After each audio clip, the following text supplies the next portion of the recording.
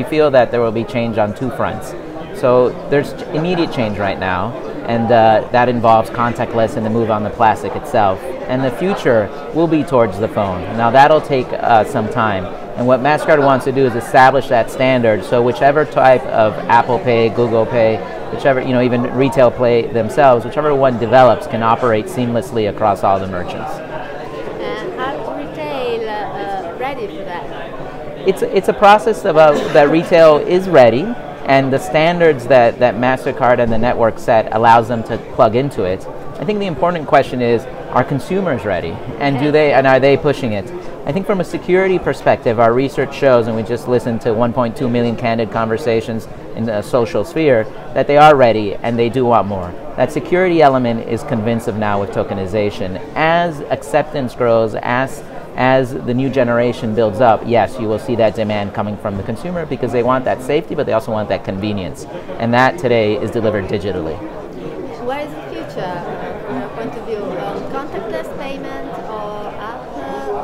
I think there are, so the future, there are multiple futures. And so in the same way that people transport themselves and eat different sorts of foods, human nature is one of meeting my individual needs.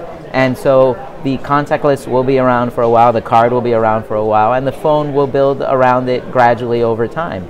Today people pay with cash and they pay with bank transfer.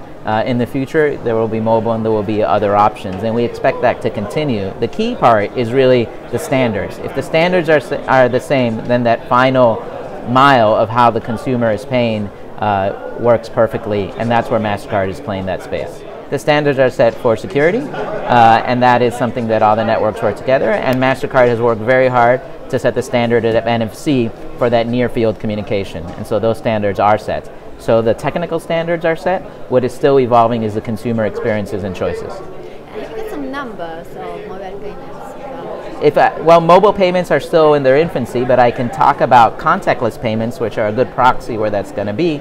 And in many markets in the world, we're seeing significant double-digit penetration of use of that because of the convenience. Once you tap, you get used to that and you move through. There are markets in Europe like Poland where that's very developed, and Italy also, and there are markets like Australia and Canada where it's just part of life.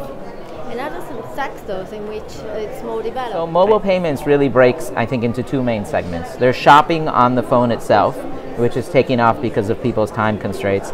And I think that second part of time constraints is important. So we see the quick service restaurants where you're having a meal, where you're doing transit, like the work we're doing with TfL in London. That is where time is a big component of the purchasing decision, where you'll see the first adoption of these. And what about supermarkets? Supermarkets in Australia, for example, we see a lot of use of contactless. We see that in the UK too. We see that in Canada.